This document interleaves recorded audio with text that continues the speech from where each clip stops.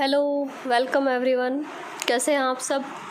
Gamma functions पढ़ रहे थे हम, तो उसमें कुछ प्रैक्टिस क्वेश्चन हमने पिछले वीडियो में सॉल्व किए थे, जिसमें जो हमने एक फार्मूला पढ़ा था कि जो लिमिट थी इंटीग्रेशन ऑफ 0 से π/2 sin raise to power mx cos raise to power nx और dx। इस फार्मूले पे हमने ये वाले जितने भी क्वेश्चंस हैं ये कल वाली वीडियो में आपको सॉल्व करवाए थे सारे। तो अगर आपने वो वीडियो नहीं देखा है तो वो वीडियो आप देख सकते हैं। और इतना जो डायरेक्ट लिमिट अगर दी हुई है और इस वाले जो फॉर्मेट है, इस फॉर्मेट पे अगर डायरेक्ट क्वेश्चन नहीं है, इसमें हमको बनाना पड़ता है, जैसे इस टाइप के क्वेश्चंस थे वो हमने कल की वीडियो में सॉल्व कर चुके हैं हम। तो ये प्रैक्टिस क्वेश्चंस तो आप वहाँ से जाके पढ़ सकते हैं। आज हम थोड़ा और इसका मॉडिफाइड फॉर्म है जिसमें हम फार्मूला तो वही यूज़ करेंगे जो हमने कल पढ़ा था, लेकिन जो कुछ क्वेश्चंस हैं इसके जो इम्पॉर्टेंट हैं ये वाले, ये फॉर्म वही है क्वेश्चन का कि साइन की पावर है कुछ, कॉस की पावर है और dx है, इंटीग्रेशन है उसी वेरिएबल के रेस्पेक्ट में।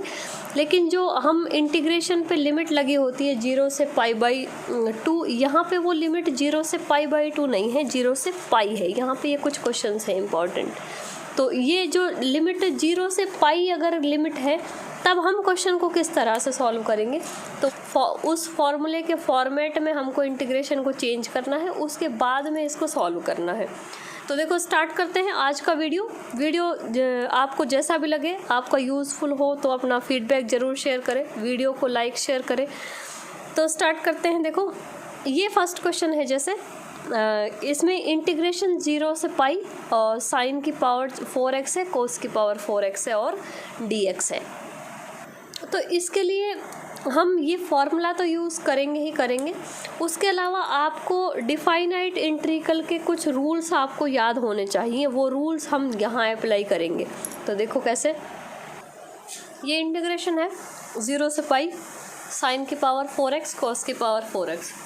तो इसमें एक प्रॉपर्टी हम अप्लाई करेंगे कि एक ये डिफाइनाइट इंटीग्रल की प्रॉपर्टी है कि if fx equal to f of 2a minus x, यहाँ पे ये जो 2a है वो ये जो इंटीग्रेशन दिया हुआ है उसकी अपर लिमिट है, कि मीन्स इस फॉर्म का इंटीग्रेशन है ये, कि यहाँ पे ये जो भी हमारा इंटीग्रेशन है उसकी जो अपर लिमिट है उसको हमने 2a माना हुआ है कि जो लिमिट है, क्योंकि हम यहाँ पे ये जो फॉर्मूला है उसमें 0 से π लिमिट है और जो हमने फार्मूला पढ़ा है वो π/2 पे अप्लाई होता है। इसका मतलब वो जो लिमिट है वो आधी होनी चाहिए।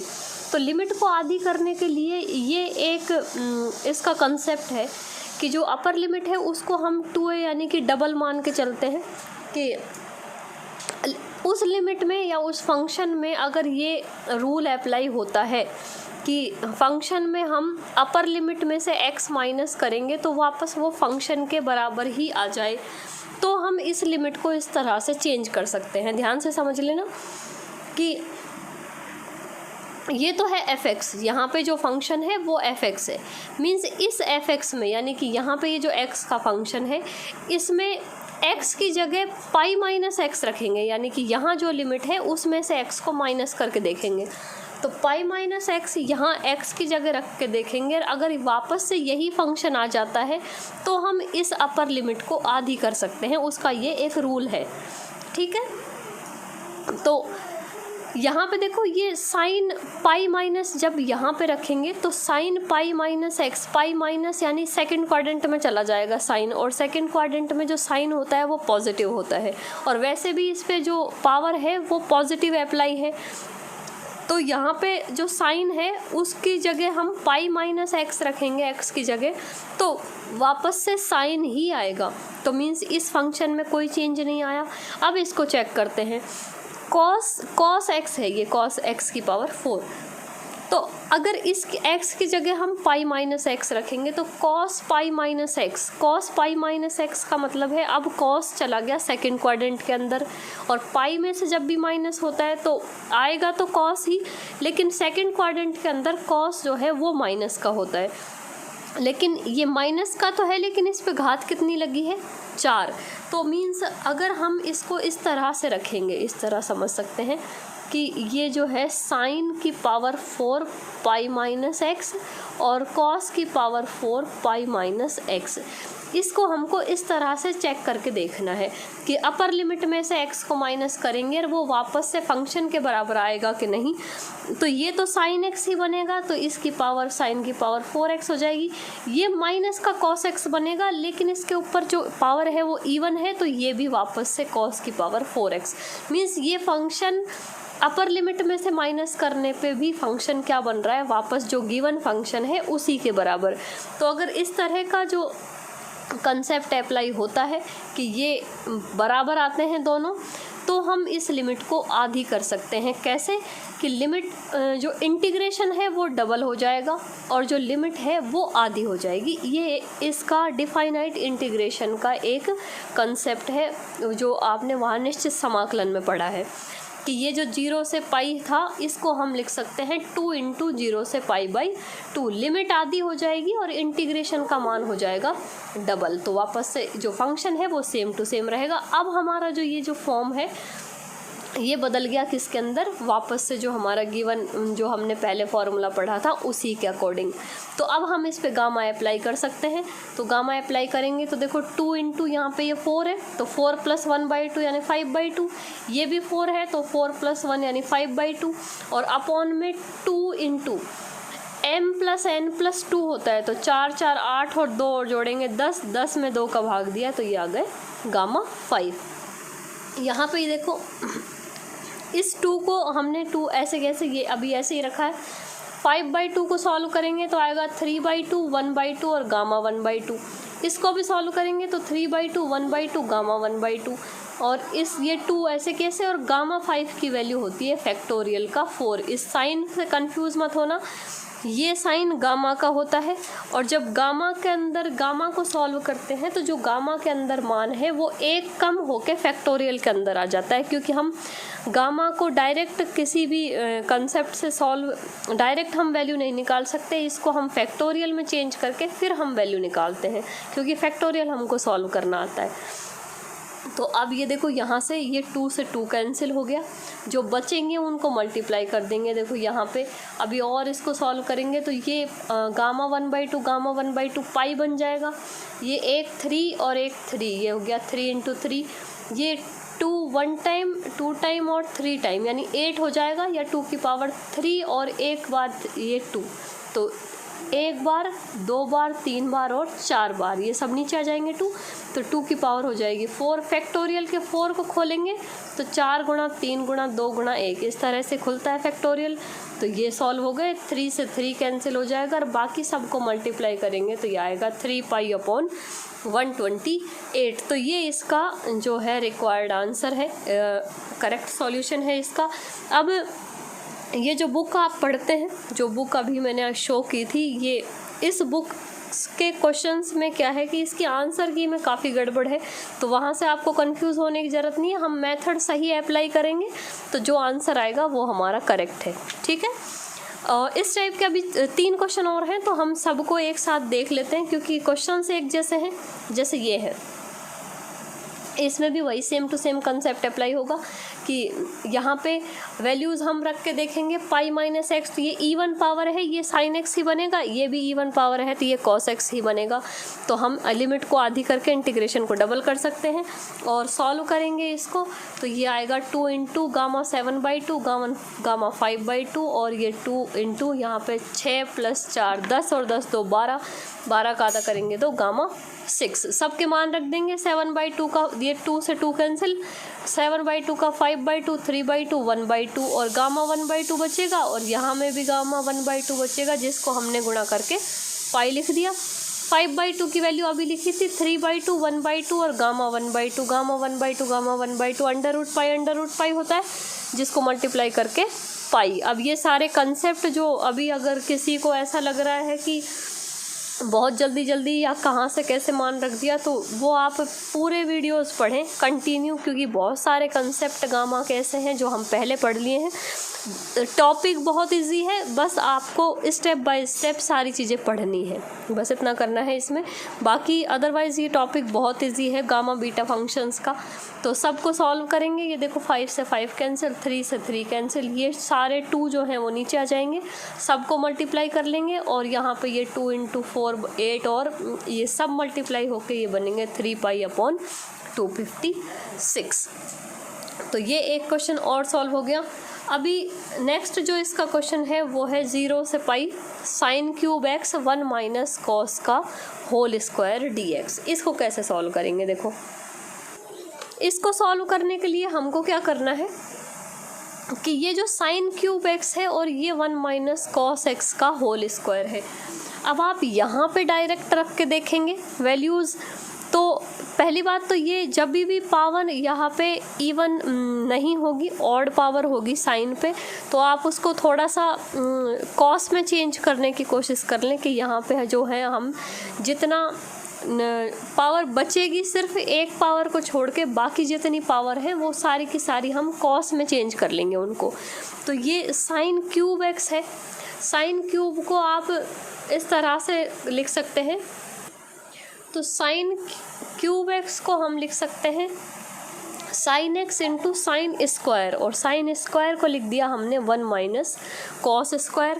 ये 1 - cos x का होल स्क्वायर है, इसको ऐसे कैसे लिखा रहने देंगे, और ये dx। अब देखो चेक करते हैं। तो चेक करने का तरीका क्या है कि पहले हम चेक करते हैं कि ये जो फंक्शन है ये π - x रखने पे वापस यही फंक्शन आता है या नहीं। तो यहाँ पे देखो, यहाँ पे अगर हम रख के देखेंगे इसको, तो ये sin x तो sin π - x तो sin x ही रहेगा। cos² ये 2 घात है, ये भी वही रहेगा कि cos π - x minus cos x होता है, लेकिन स्क्वायर की वजह से वापस से वो पॉजिटिव हो जाएगा। एक ये बचा cos x, इस cos x में रखेंगे, यहाँ पे अगर मान रखेंगे cos x में, तो ये यहाँ पे cos की कोई भी पावर नहीं है, तो इसमें हम रखेंगे तो ये जो cos है ये प्लस माइनस के cos में चेंज होके और यहाँ पे ये वैल्यू है ये बदल जाएगी। तो अब क्या करना है, अगर इस तरह का अगर इवन पूरा फंक्शन इवन नहीं है तो हमको क्या करना है? देखो वहाँ जो हमने कंसेप्ट लिखा था ना कि इंटीग्रेशन में अगर π - x या अपर लिमिट में से x को माइनस करके रखते हैं, फंक्शन वापस से fx ही आ जाता है, तब तो हम लिमिट को आधी, इंटीग्रेशन को डबल करके और लिमिट को आधी कर सकते हैं। दूसरा कंसेप्ट ये है कि अगर ऐसा नहीं होता है, मींस इवन फंक्शन नहीं होता है, ऑड होता है, कि अगर हमने रखा π - x और वो वापस से fx की बजाय -fx आ गया, तो उस कंडीशन में क्या करेंगे? उस कंडीशन में जो ओवरऑल ये जो इंटीग्रेशन होगा जिस फंक्शन में वो अप्लाई हो रहा है कि जहाँ पे fx की जगह -fx आ रहा है, तो वहाँ पे वो पूरा फंक्शन ही क्या हो जाएगा? 0। अब यहाँ पे देखो ये पार्ट इवन है, ये पार्ट भी इवन है, ये वाला पार्ट जो है इसके अंदर cos x में, ये वाला पार्ट है इसके अंदर ऑड। तो अब पहले हमको इसके पार्टीशन अलग अलग करने पड़ेंगे कि वो कौन सा पार्ट है जो ऑड बन रहा है या जिसमें π - x रखने पे माइनस आ रहा है, तो उस पार्ट को अलग करके और बाकी का इंटीग्रेशन करेंगे हम, और बाकी में वो जो हमने कंसेप्ट पढ़ा था वो अप्लाई कर देंगे। अब करेंगे कैसे? देखो, ये इसको लिखने का तरीका है, पहले तो अपन इस होल स्क्वायर को खोलेंगे, क्योंकि पहले होल स्क्वायर लगा हुआ है, तो sin x, क्योंकि sin x से कोई फ़र्क नहीं पड़ रहा, साइन इवन फंक्शन है, π - x रखेंगे, सेकंड क्वाड्रेंट में साइन पॉजिटिव होता है, तो ये फंक्शन हमारे कोई भी प्रॉब्लम करेगा नहीं। अब बचा ये 1 - cos² x, ये भी ठीक है। ये 1 प्लस को अब जब होल स्क्वायर खोलेंगे तो ये बनेगा 1 + cos² x - 2 cos x। तो ये 1 तो कांस्टेंट है, यहाँ तो पाई का कोई रोल ही नहीं है। cos² है, इसमें रखेंगे तो स्क्वायर की वजह से वापस से ये पॉजिटिव हो जाएगा। एक ये वाला पार्ट है 2 cos x वाला, तो अगर इस वाले पार्ट में हम रखेंगे तो ये प्लस का बन जाएगा, यानी ये माइनस का आएगा तो माइनस माइनस प्लस। तो ये वाला जो पार्ट है ये प्रॉब्लम क्रिएट करेगा, मीन्स ये वाला जो पार्ट है ये इवन नहीं बनेगा और इसमें जो लिमिट है वो आधी नहीं होगी, कंसेप्ट अप्लाई नहीं होगा। तो अब कैसे सॉल्व करना है इसको, देखो पहले तो हम पूरा इसको मल्टीप्लाई करके इसके पार्ट्स अलग अलग कर लेते हैं कि पहले इनको सॉल्व कर लेते हैं। देखो साइन एक्स का साइन एक्स बाहर है, इस ब्रैकेट को इस पूरे ब्रैकेट से मल्टीप्लाई करेंगे तो ये 1 minus cos x 1 plus cos x से मल्टीप्लाई होगा तो ये बनेगा 1 माइनस कॉस की पावर 4। ये हमने दो जो स्टेप कट हो जाएंगे वो नहीं लिखे हैं, देखो जैसे इसको इससे करेंगे और इसको इससे करेंगे तो कैंसिल हो जाएंगे, तो डायरेक्ट लिख दिया है 1 माइनस कॉस की पावर 4x। अब बचा ये, तो ये इससे गुणा होगा एक बार तो ये माइनस के 2 cos x आएंगे और एक ये माइनस का 2 cos x इससे गुणा होगा तो ये प्लस के 2 cos क्यूब x आएंगे। तो यहाँ पे 3 घात है cos की, इसमें cos पाई माइनस x रखेंगे। देखो जैसे ये है cos क्यूब x, इसमें अगर cos की जगह x की जगह हम पाई माइनस x रखते हैं और 3 घात है तो ये माइनस cos x बनेगा और इस पे 3 घात तो मीन्स वापस से माइनस का cos क्यूब x आएगा। मीन्स ये जो वैल्यू है, ये जो fx जो है यहाँ पे फंक्शन, ये माइनस का fx आ रहा है। तो मीन्स ये वाला जो पार्ट है पूरा, इसके साथ जो इंटीग्रेशन इस पे अप्लाई होगा, जो इंटीग्रेशन वो हो जाएगा 0। एक ऐसे ही यहाँ पर है ये cos x, इस cos x पे भी अगर इंटीग्रेशन अप्लाई होगा तो ये भी माइनस fx बनेगा। इसलिए ये और ये दो पार्ट जो हैं इस इंटीग्रेशन में वो लिमिट अप्लाई होने पे हो जाएंगे 0। तो बचा कितना, ये वाला पार्ट साइन x और 1 माइनस कॉस की पावर 4x।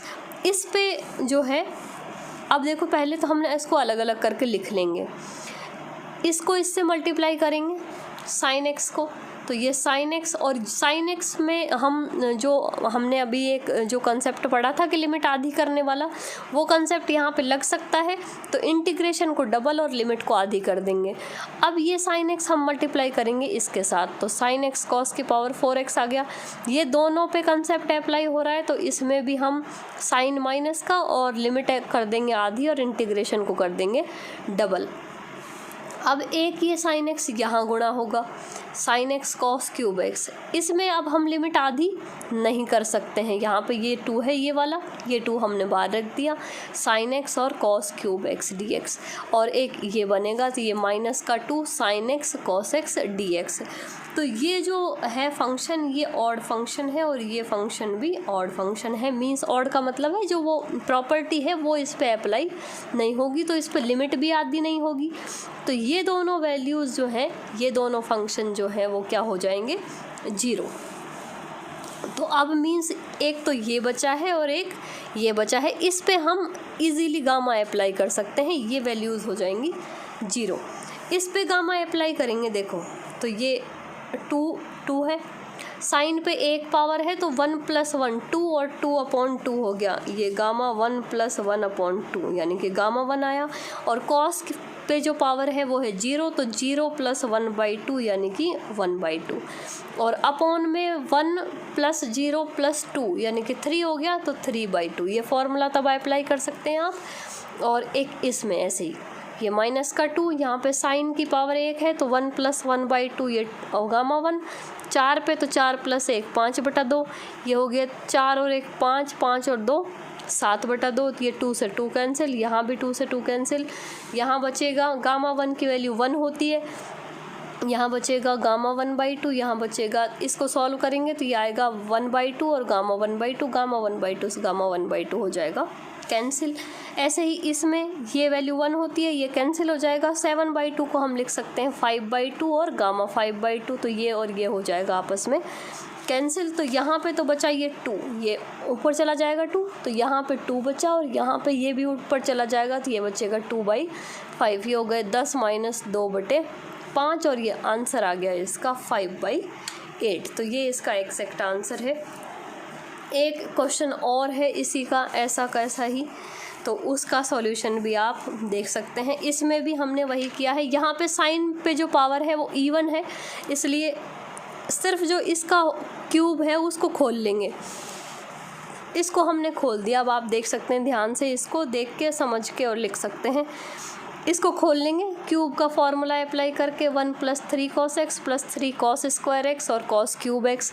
अब यहाँ पे देखो ये तो स्क्वायर है, इसमें तो ये जब प्रॉपर्टी अप्लाई होगी तो ये तो माइनस का नहीं आएगा, एक तो माइनस का आएगा ये वाला फंक्शन और एक आएगा ये वाला फंक्शन, तो इनको अलग करके लिख देंगे। देखो एक तो ये वाला पार्ट हम मल्टीप्लाई कर लेंगे अंदर, ये साइन की पावर 4x, ये साइन की पावर 4x cos x, तो एक तो ये ऑड बनेगा जो 0 हो जाएगा। फिर साइन की पावर 4x को इससे करेंगे तो ये इवन ही रहेगा, इसकी वैल्यू आ जाएगी।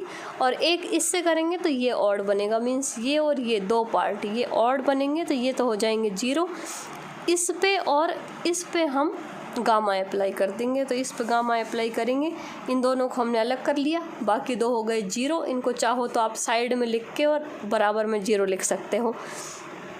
ये बचा और ये बचा, इनको मल्टीप्लाई कर यहाँ पे हम अलग से लिख के और इस पे अब लिमिट, अब वापस से इंटीग्रेशन को कर देंगे डबल और लिमिट को कर देंगे आधी।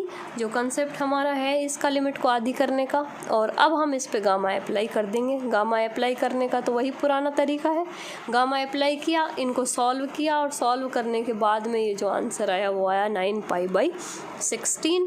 जो आंसर आप चेक कर सकते हैं, आंसर राइट क्वेश्चन है ये। तो ये 4 क्वेश्चन थे जिनमें लिमिट π/2 नहीं थी, पाई थी। वो आप वापस से अपना जो है इसको चेक कर सकते हैं। और जो क्वेश्चंस हैं वो हम, क्योंकि जो एक डायरेक्ट लिमिट वाले क्वेश्चन और एक ये लिमिट π/2 नहीं है, पाई है, तो किस तरह से करने हैं, और इसके कुछ जो अलजेब्रिक फॉर्म में कुछ क्वेश्चंस और हैं वो हम नेक्स्ट वीडियो में लेंगे। तो ये वीडियो कैसी लगी आप अपना फीडबैक ज़रूर शेयर करें और मिलते हैं नेक्स्ट वीडियो में।